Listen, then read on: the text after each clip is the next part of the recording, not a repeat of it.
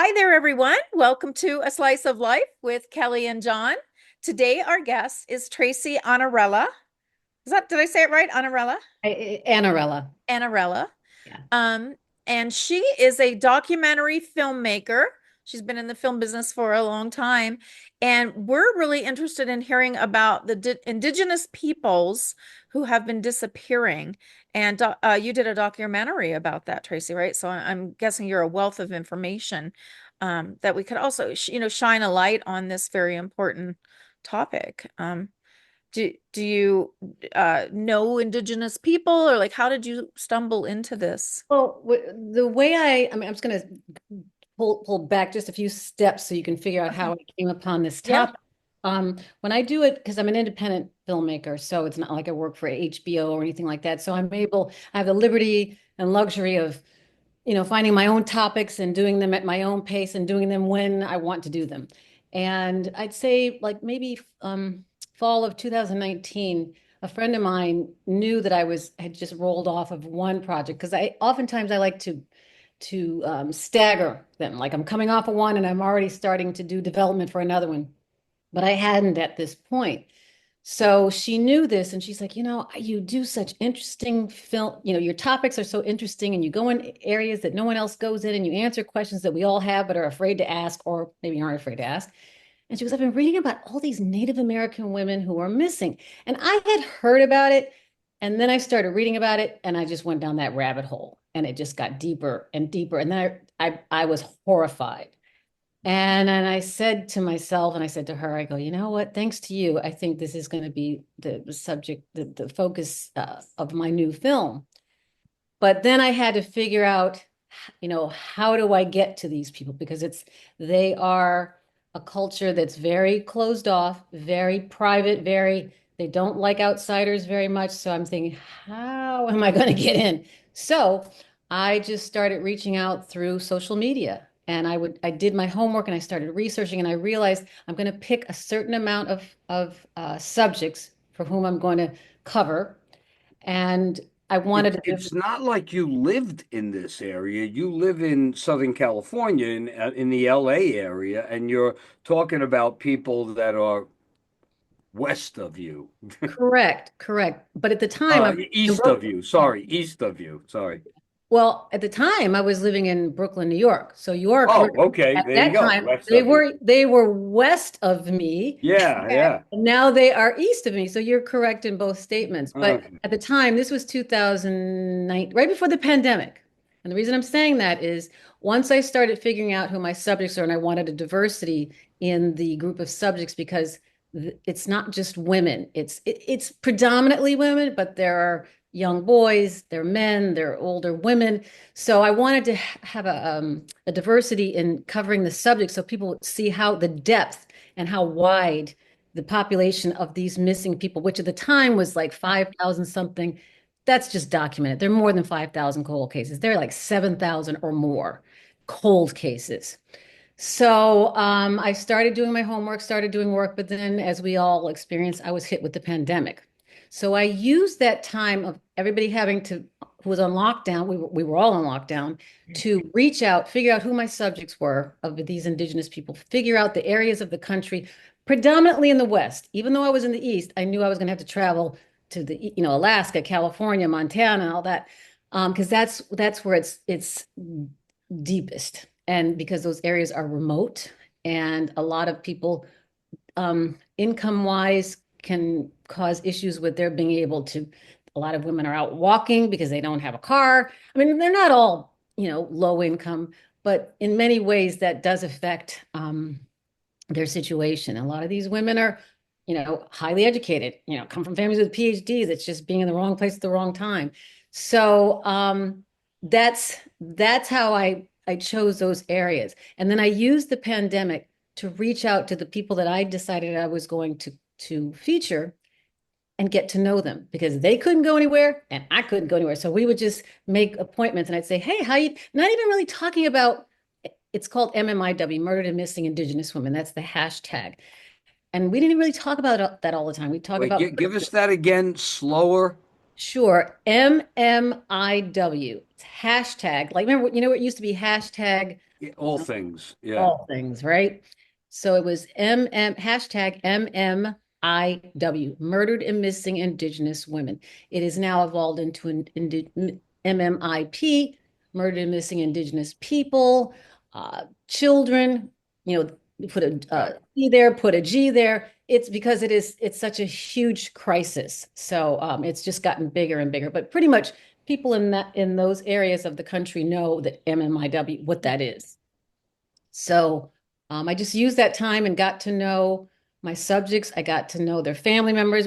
I call them during holidays. I mean, we became close. We became a family, and I got to and I educated myself about the different tribes and their culture, and you know what was proper, what was improper to ask, what was improper to do once I was going to be allowed to join them on the reservation. Because you can't just it's not like LA where you can say, "Hey, can I go meet you at the coffee shop? I'll meet you, you know, on Thursday." It doesn't work that way. This is a reservation, and this is a whole totally different culture.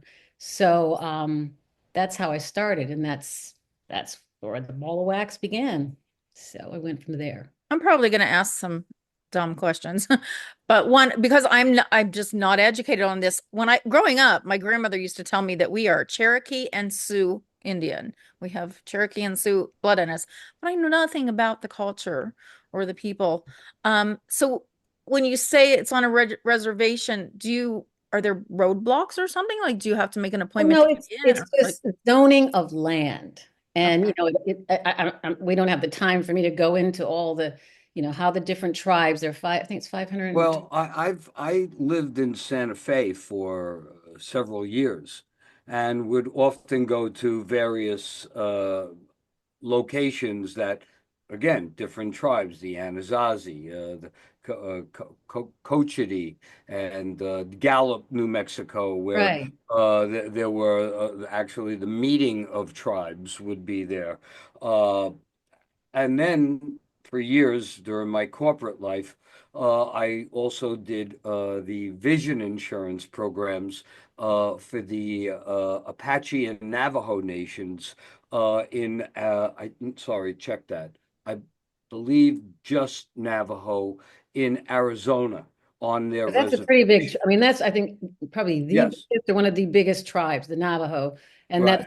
that's many of the people in my film are Navajo. And then of course, going to a lot of the national monuments in that Right. area that they are all they have all of their communities around. Uh, Right. and so yeah, you know they live on a reservation. I mean, even though their homes, they're not what we think. It's not like they're living in teepees. Right. They're living in homes. They have SUVs and stuff, but it's like Tracy said, uh, not everybody is living extremely well.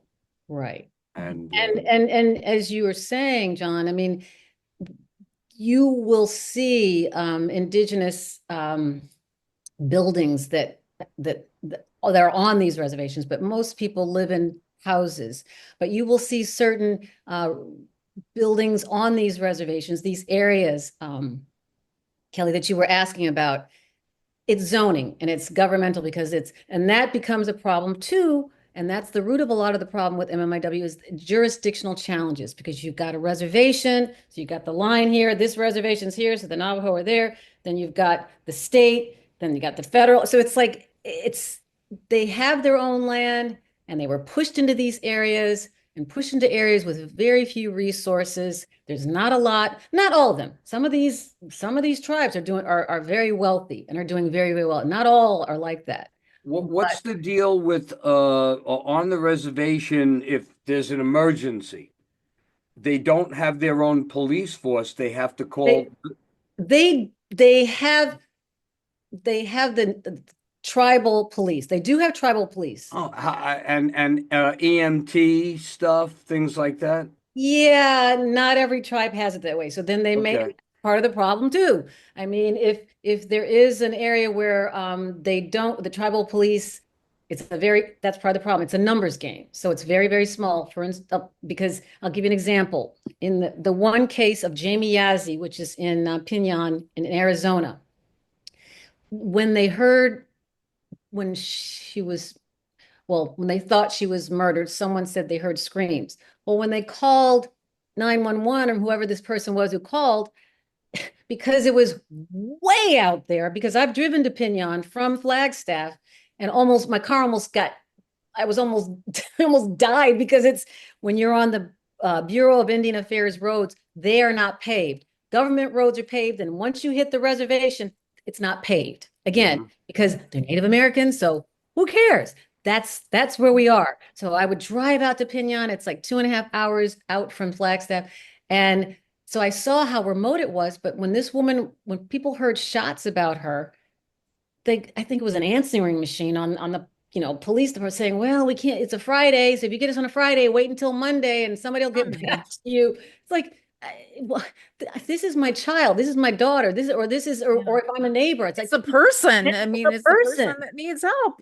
right? But it doesn't work that way. Oh gosh. So that's the problem. That feeds into it. And my film is not so much about the huge number of cold cases. It's about the inequities of the justice system when dealing with Native Americans and indigenous people. Just like what I just mentioned to you about, well, someone goes missing or there's a phone call, you know, they can't pick up the phone and say, "Can you?"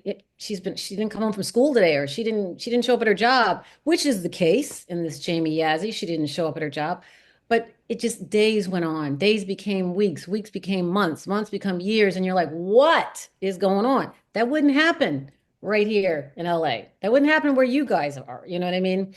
So that's what my film is about: is that these people are not dealing with the same justice that we are.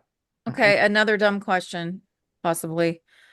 Why don't they just integrate into, do they want to stay on these reservations or is there an advantage to Well, living there on? are advantages because, well, they're a sovereign nation, so they want to remain being part of Okay, their own being native, identity. their own Okay, identity. okay. And there's also land grants, and it goes way back. So it's very complicated.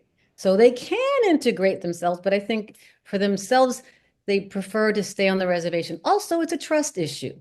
And some Right. people feel, I know it's not great how we're living, but look at what the people who are non-native have done to us over time and through history. Why do, why do I want to integrate? Why do I want to integrate into society and Yeah. try to be? I get your question, but and Yeah. I'm not answering for all of them, Yeah. but Well, that's, I know, there are some that have integrated, oh yeah, yeah, yeah, you know.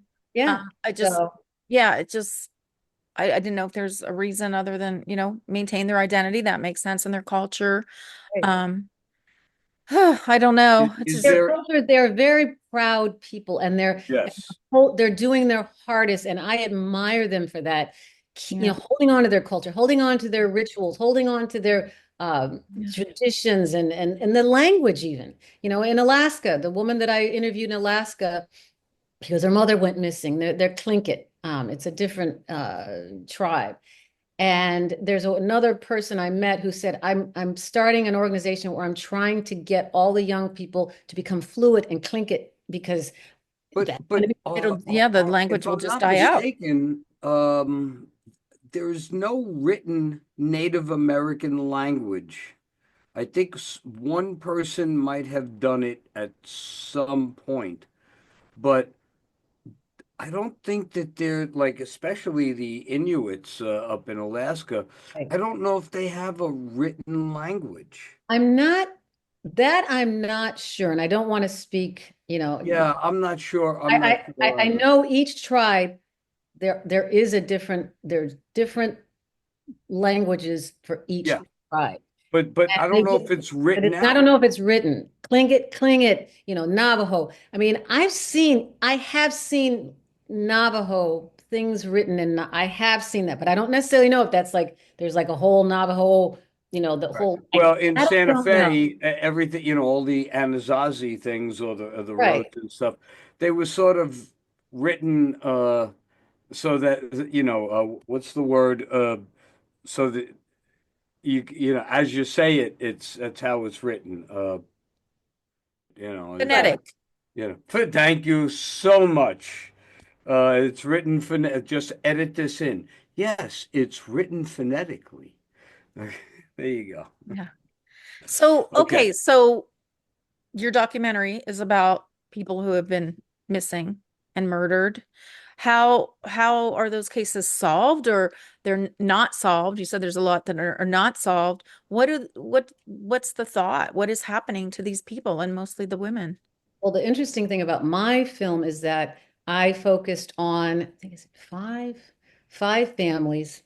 And out of those five families, only one of those cases was solved. And it actually went full circle from the time that I started it until I ended the film.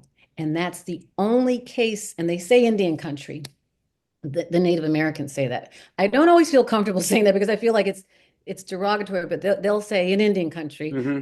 this is the only case that has really gone full circle and been solved. So that shows you there are a lot of cases where they go, well, we have reportings of this and we have report that these cases are not solved. So that's the only one in my film that where the family got closure. And the other cases in Alaska, she's still looking for her. In Northern California, she's still looking for her. In Montana, a body was found, but that one's kind of tricky too. In the other part of Montana, they haven't found her. In Oklahoma, Grove, Oklahoma, where I went, they haven't found her. So the only one, and even in New Mexico, um, I talked to a lot of people, but Arizona was where this woman, Jamie Yazzie, that's the one that went full circle, where when I first met them, she went missing. And then I became very close to the family over time. And I even met the grandfather and the father who passed away during this time. I actually have him on camera, but he passed away. So it's like the only bit of conversation they have of him speaking in Navajo on camera in my film. Hmm. Um, What's but what's the name of your film? Let's get that out there. So, Yeah. it's called One Nation, comma, Divisible. Because, we say the Pledge of Allegiance, we say one nation, indivisible, well, it's one nation, divisible, because these people it. do not get there. They're separate. They're separate, Yeah. and it's a problem. So, do they think it's other indigenous people taking these women and people, or do they think it's they just don't know? Another thing that's been in the news is the truckers. There are truckers that are murdering people on their routes along Well, the it's interstate. because, a lot of these reservations buttress up against highways, where, trucks go through. And I'm not going to name the name, but there's a pueblo. And a pueblo, we know a pueblo is like, we think of it as a building, as a structure, but a pueblo is also like a village. Right. And there's a pueblo where I spoke to one of the chiefs, of their police force. And this guy was really strict with the Pueblo, especially during the pandemic, and even around that, to the point where he would have people kind of rat people out, like snitches get stitches. But this time he goes, I don't care. You see anybody sneaking out? And he said, I did it not so much to keep COVID down, which he had no cases of COVID, but they had no MMIW cases Mm. because he knew who was going out of that Pueblo. And actually, I was one of the few non-natives who was actually allowed in that pueblo to come talk to him. But they had no MMI cases because he said the truckers, they're right on, I forgot the highway. It's when it leads to Santa Fe, I think, this road. And he was saying truckers come through. And so that's why I was strict. I was hard on people, and I had people, I said, rat them out just because it's for their protection, for the young women. And but yeah, so but to your your first question, it's a mixed bag. Some of it's trafficking, some of it is their own people, because there's domestic violence, there's, as you have in non-native families, and there's But even if let's the an extreme, they choose to leave, that they want to leave the reservation, and people, they just disappear. They right. but they have to show up somewhere. A social security number, a credit card, or something, a new life You somehow. would tell your family, hey, I'm going to go move to Los Angeles, or I'm going to move here or move there. But Maybe that's funny not. that you're bringing that up, because another chief from another Pueblo he goes, what, and then an FBI agent I spoke to said, what people don't understand is there are two sides to what you guys are saying. There are people who just wake up one day and go, you know what? I don't like this life anymore, or I don't want to take care of these children, or I hate being married to this guy, or this guy is he beat whatever, or I just don't like my life anymore. So you know what I'm going to do? I think I'm just going to go. And you Oh, leave and you just take that's off. funny. Now, that happens a lot to people. And I, in my travels of this film, I never heard of anybody saying, well, she took off and yeah, she showed up in New Jersey, or she showed up in Tampa, 6 years later. That I haven't No, heard, but no, it can happen. Now, to give you an example of Alaska, the woman, Kaylin Schneider, is the daughter of Tracy Day, Tracyday, not like my name. Mine is EY. Tracy's been missing since, I think, Valentine's Day 2019, I think. She just disappeared. And the cops kept saying, well, we have evidence that she just left. She's not on any of the flight, what do you call it? The White flight logs. logs. flight, she's not on a flight log. And in Alaska, you cannot just walk out of here. I can walk out of LA and go Right. forever, but I can walk to Arizona. You can't do that in LA. She's not on, she just disappeared. Mhm. So that one doesn't make sense. So it's a mixed bag. And some people think there is trafficking. Some of these, that's huge. Trafficking, human trafficking it's a huge commodity, so it's happening. I don't know if it'll ever stop, because there's such a demand for it, which is sick. Yeah. So you have that, you have domestic violence, you have, it's all different reasons why these people go missing, but it also is the root of the problem is because of where a lot of these women live, is they're in such remote areas. And also, as I said for my film, they are not given the same consideration that the rest of us are, Right. because we're non-native and they are native. And that's just the fact of the matter. Yeah. Well, Wow. I think it's probably resources, the resources available on the reservations.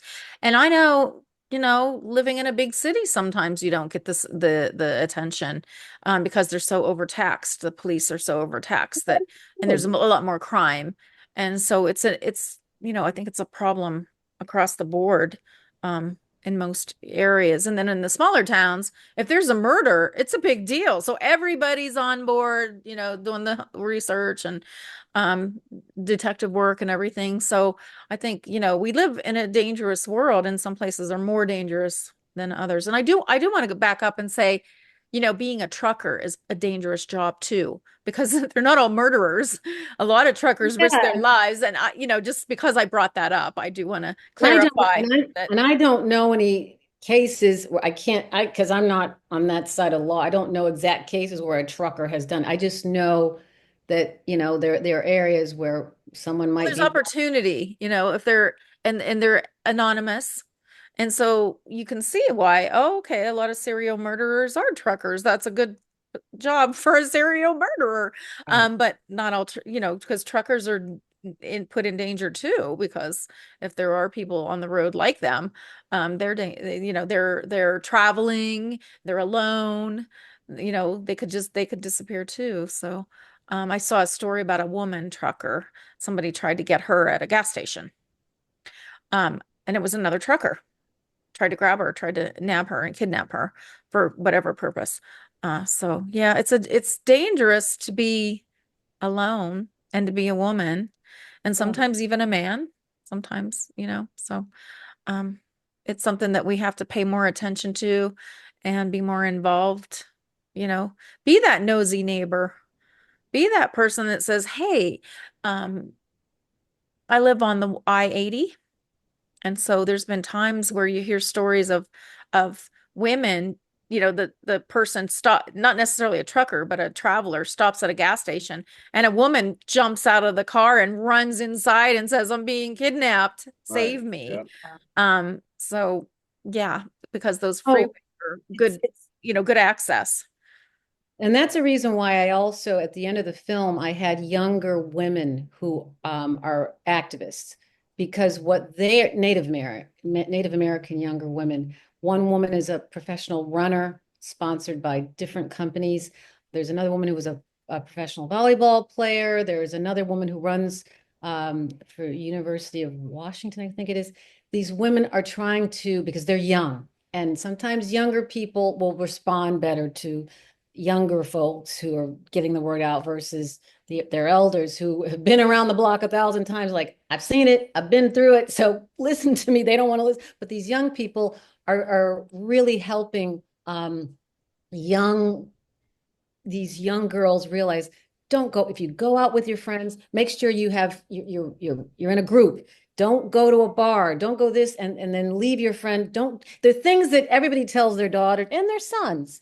So these young people, and not just going out to a bar, but they're trying to help them understand everything about Right. MMID, which is, these women are amazing, and there's they're doing so many wonderful things. So that, to me, because the film is so dire and the subject is so tragic, that I needed to give my viewers hope, which is what I try to do in every film that I do. If it's a dark subject, because life is hard enough as it is. So Yeah. you don't want to watch something and then walk out of the theater and go, "Geez, I don't just, I can't make it. This is just, Yeah. this is awful." So what I did is I've given you this hope that, yeah, this is bad. And it's awful that these women are still missing after all these years. But at least I know someone's trying to do something to affect change, to help these Where the where next generation. where can people get the film? Is it Where streaming? can they Is see it? the film? It's not done yet.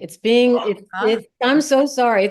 I'm working with a composer who's scoring the film, and he's going interview by interview and region by region, section by section, and scoring it. It's taking a long time, but it's going to be beautiful. It's, Okay. visually just as let us well. know when it's done. Let us know so we can Well, put it in the I will. description where people can see it. And Absolutely. then what else do you have going on? Are you starting your next project yet, or have you overlapped or? No, this is the one that almost killed me. This, Oh, this one, because as I mentioned to you, I started it right before, COVID. Yeah. pandemic, and then that held me back, and they're all, life gets a hold of you, and things yeah. happen in one's life, so it took me up until this past September to get it done. So it's finally done. I mean, it's being finished, so Your it's. part, your part in it. Yeah. Okay. So, but no, as for something new, it really stole my ability to start something new. But I mean, I have two ideas and I don't want to talk about them because, Not it's yet. Right. not yet. So You'll have to come back and yeah, tell oh us. yeah, yeah, no. So I'm working on those two. So I'm getting those two started. So. So as a Okay. documentary filmmaker, like what kind of budgets do you have?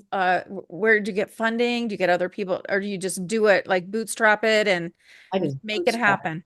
I fund all of my own films. The problem is this one, as I said, I this was the one that almost, it's not financially, but emotionally, it almost broke me because it took so much, and did take a lot of money, and I don't want to do that anymore. Right. So I either have to collaborate with somebody, or will have to start writing grants to get funding. I need money. It Yeah. costs, people don't realize how much it costs to make a film, Yeah. Well, Um, or get somebody to produce it for you, get somebody to put right. up the money because there's a lot of I know, when I was in Hollywood, there was always talk of rich people always looking for a project. Like, I just want to support a project. I just want to be part of Hollywood. And so there's always money out there if you can find it. Who was it? We were talking to another filmmaker.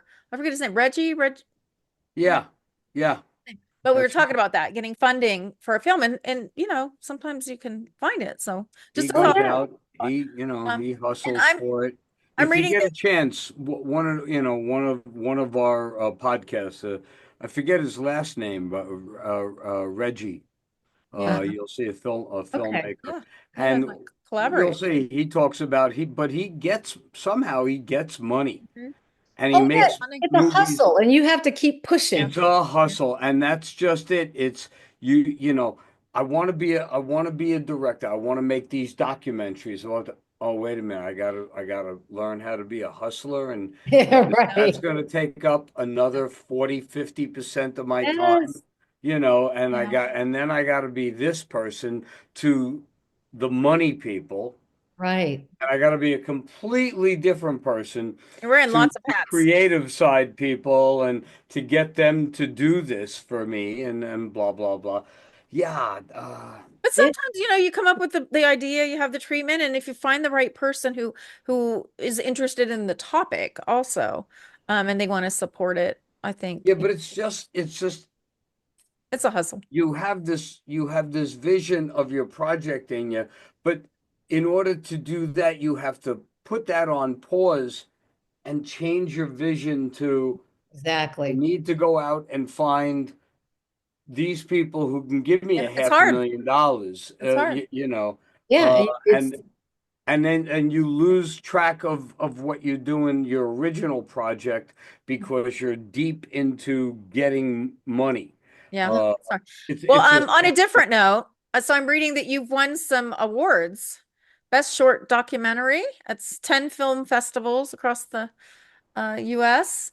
yeah. And what else? You got attention screening internationally, widespread acclaim. So you're not just a documentary filmmaker, you're an award-winning documentary filmmaker. I mean, I'm proud of, Not Black Enough was the film I call it the film that just keeps giving because, that won many awards domestically as well as globally, in Dubai it won and it's That's the one that had Vanessa Williams in it, right? yes, Oh, yes. That one, and still that one, it's on Amazon Prime.